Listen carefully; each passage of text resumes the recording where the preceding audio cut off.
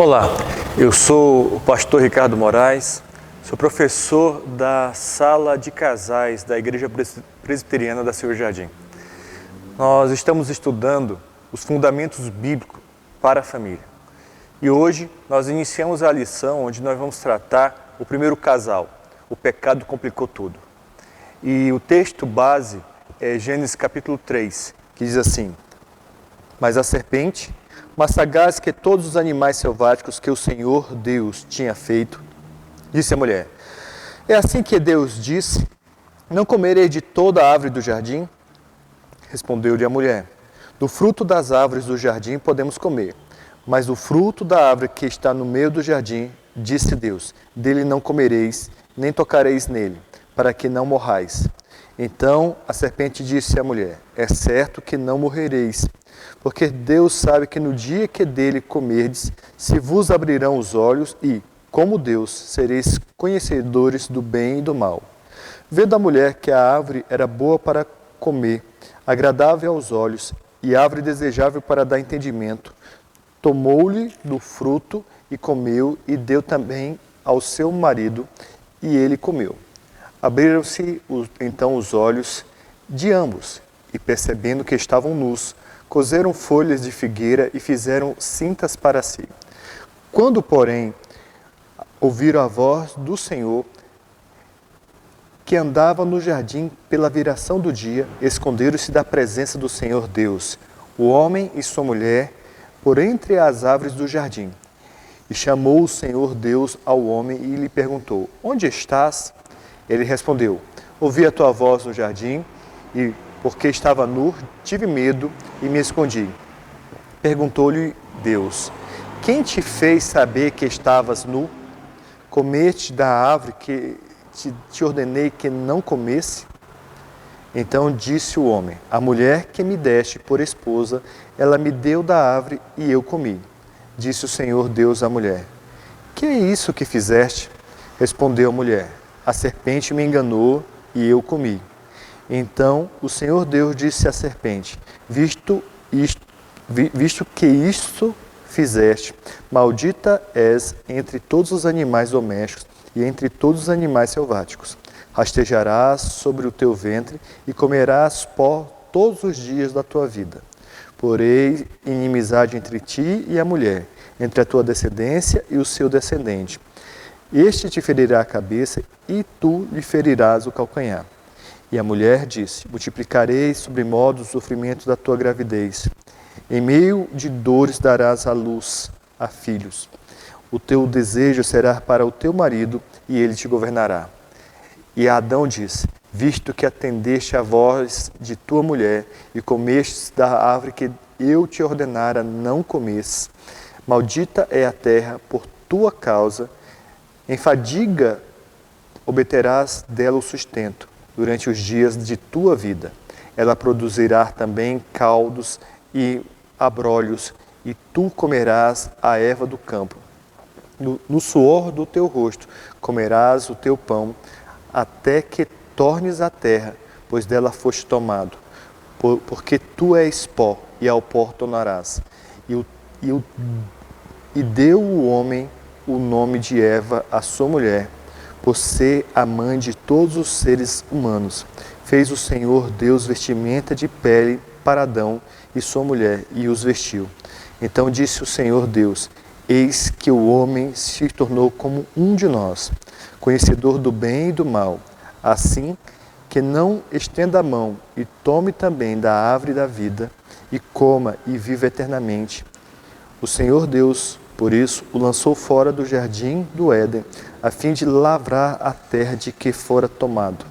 E expulsou o homem e colocou querubins ao oriente do jardim do Éden, e o refugiu de uma espada que se revolvia para guardar o caminho da árvore da vida.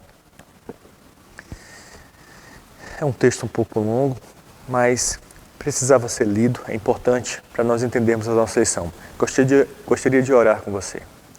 Senhor, no nome do Teu Filho, clamo que o Senhor nos dê entendimento para saber como proceder, entender o propósito dessa palavra, desse texto que o Senhor deixou registrado para nós, para a nossa família. Assim oramos no nome de Jesus. Amém. Quando nós olhamos para a questão do casal, do primeiro casal, toda vez que nós vamos falar sobre casal, e principalmente quando a gente fala casamento em Cristo, a única referência de um casal que antes do pecado é Adão e Eva. Por isso nós estamos trabalhando tanto esse texto, estamos ficando tanto nesse texto, e vez por outra nós vamos voltar a esse texto, porque é um texto muito importante. É importante para nós entendermos o que é um casal em Cristo, um casal sem pecado. O pecado vem e complica tudo. Ele distorce a nossa visão, as nossas sensações, o nosso entendimento.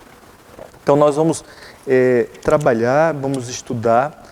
O alvo dessa lição é justamente perceber que o foco do casamento mudou e isso mexeu com o relacionamento marido e mulher, e vamos descobrir uma graça, a misericórdia de Deus, mesmo depois deles terem escolhido desobedecer, pecarem, há uma manifestação da graça e do amor de Deus.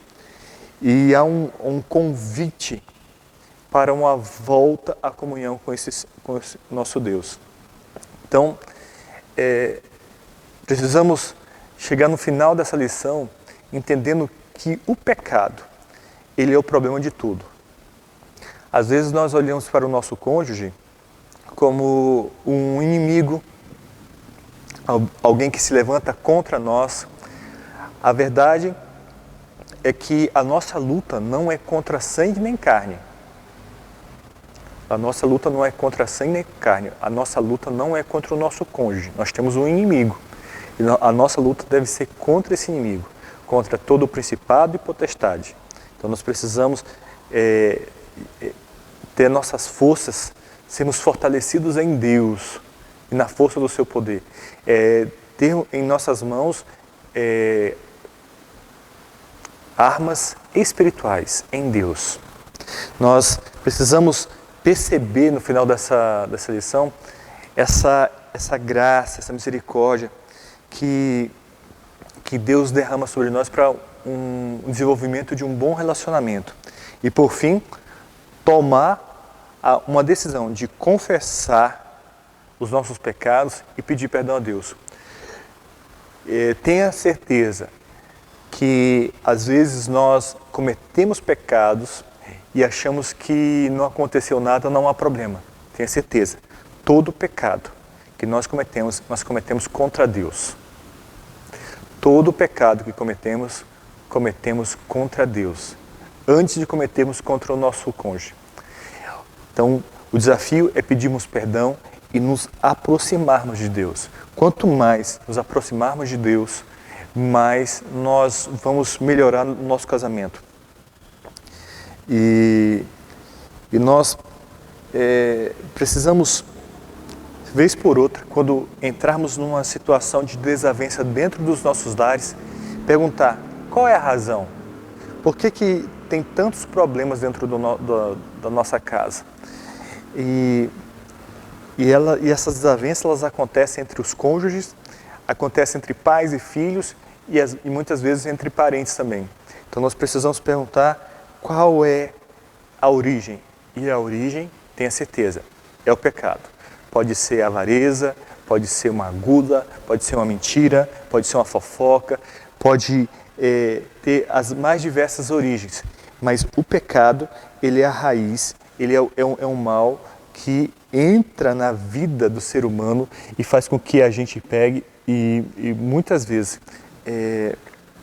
tome atitudes contra a nossa família.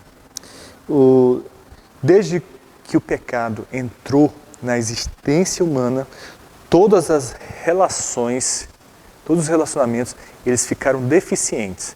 Eles realmente perderam a sua essência. O casamento não fica fora dessa situação.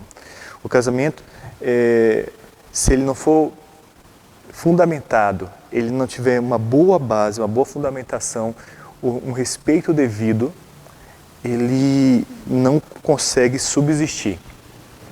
Eu preciso sempre ficar batendo nessa tecla, marcando essa importância que tem o casamento.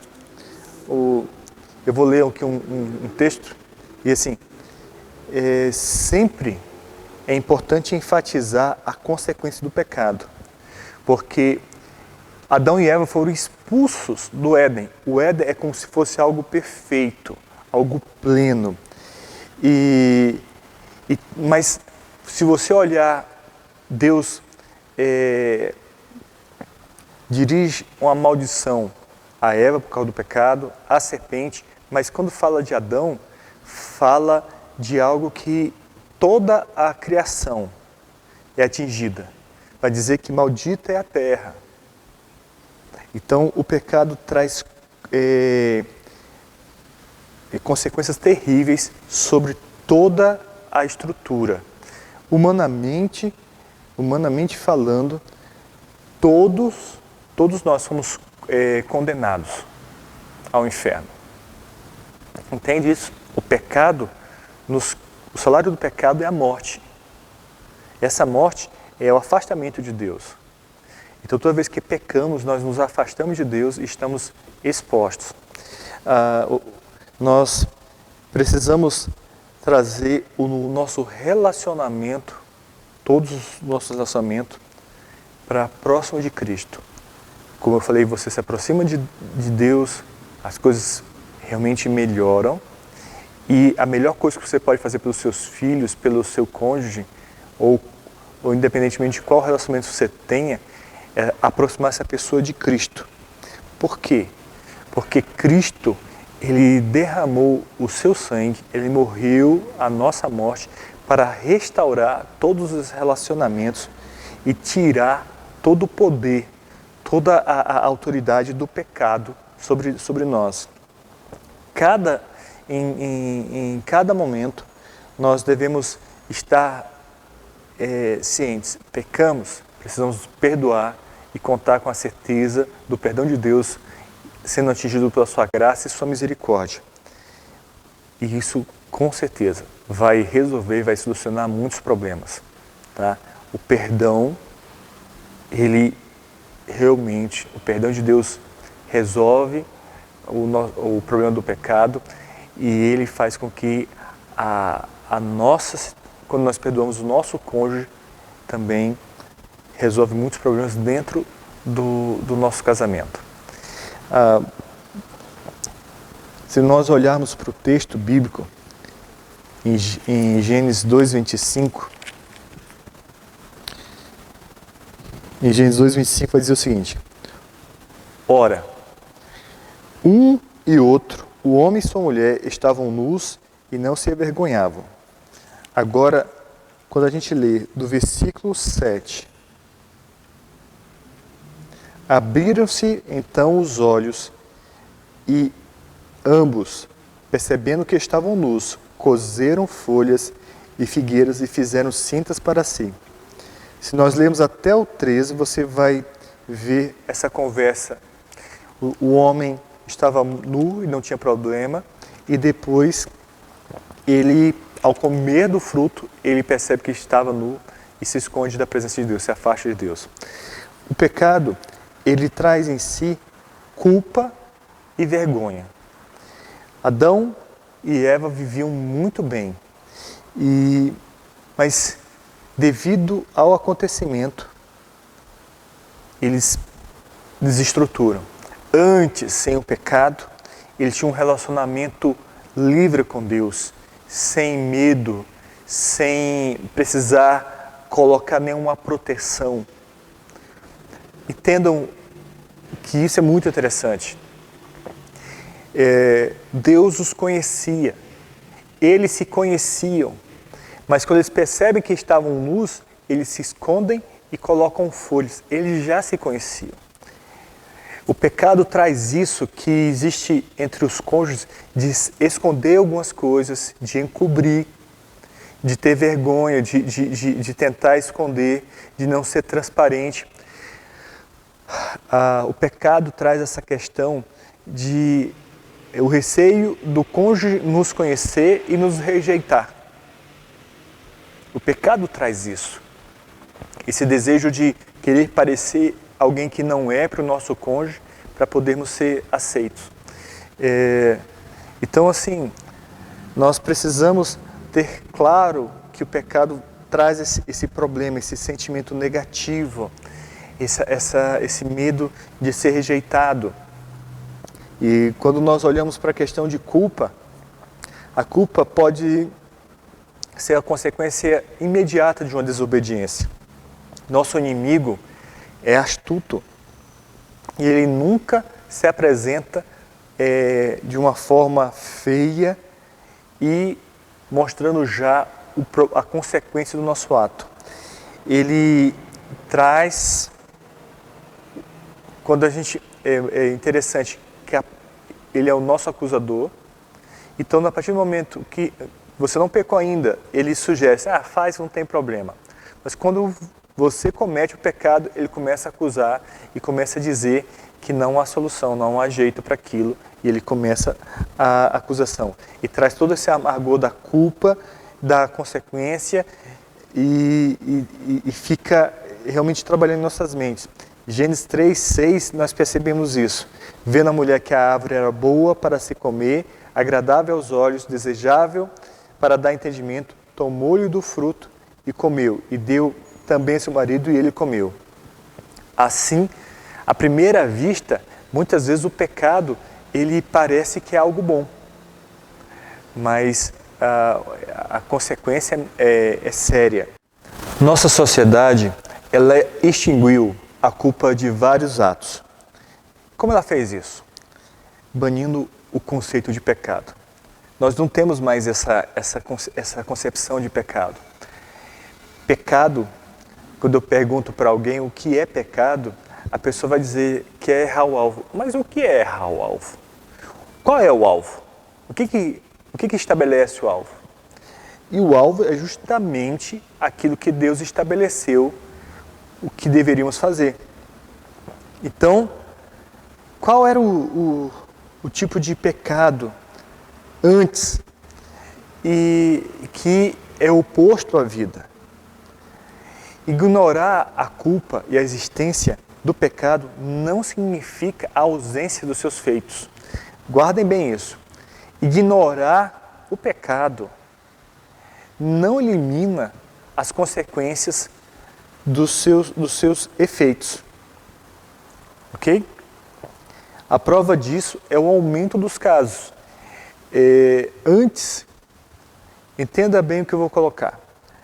Antes, o divórcio era uma coisa que era considerado pecado. E uma determinada igreja pegou e colocou isso até como um sacramento, para impedir esse rompimento. Tá? Quero marcar que só há 2 sacramentos, o batismo e a ceia, só existem 2. Mas antes, o casamento era algo realmente muito importante, considerado muito importante. E as pessoas foram negociando isso e agora está super fácil. Não só a questão do divórcio, mas a questão do adultério, né? Nós compramos aparelhos de TV para nossas casas, deixamos ela ligada e nós absorvemos tudo que ela traz para nós e traz para nós uma sexualidade muito forte, gerando dentro das nossas mentes a ideia que aquilo que está na TV é o padrão, que na realidade não é. E aí tenta colocar para nós que não tem problema olharmos, não tem problema imaginarmos, e aquilo parece bom aos nossos olhos, desejável para nós, que vai nos dar um entendimento de algo que nós não conhecemos, e aí a gente pratica o pecado. E aí há os adultérios, há filhos e filhas que entram num sexo fora do casamento, que também para nós começa a ser algo normal, Mas todas as coisas, todos os pecados, tudo, o fato de você desconsiderar como pecado, isso não tira o efeito. Porque o salário do pecado é a morte. E se você é filho de Deus, tá? A Bíblia não mente. Toda vez que eu e você pecamos, nós escolhemos trazer a morte para dentro do nosso lar. Tá? Então, só mais um ponto.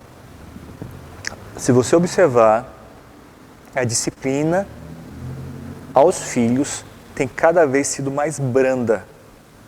Cada vez mais branda. E a gente vai negociando, porque a TV, os meios de comunicação, as mídias, traz para nós informações. Nós não buscamos na palavra.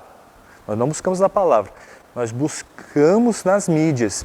E alguns líderes religiosos, querendo ser politicamente correto, traz para dentro falam também isso, e faz com que a disciplina aos atos errados dos filhos sejam abrandadas, gerando dentro da mente dos filhos que o erro não tem consequências tão sérias assim. E, consequentemente, dentro das igrejas, nós começamos a afrouxar a disciplina, onde os membros, os cristãos, sabem que tem outro membro, amigo, que comete um pecado, ok? E não há fofoca, que é um outro pecado, mas não há uma denúncia, algo escrito. Afrouxando com isso a disciplina, gerando a ideia, dentro da igreja também, que não há problema de cometer pecado. E aí a gente começa a perceber uma destruição dentro das famílias, igrejas muito fracas, porque começam a diminuir essa culpa, essa responsabilidade. A gente poderia falar muito mais sobre isso, sobre a questão de como isso tudo está ocorrendo, mas eu preciso avançar um pouquinho e falar sobre a vergonha. Antes de pecarem, Adão e Eva estavam nus na presença de Deus e de um do outro, e não sentiam vergonha, como nós lemos em Gênesis 2:25. No momento em que desobedeceram, os seus olhos se abriram, se tornaram conscientes dessa nudez.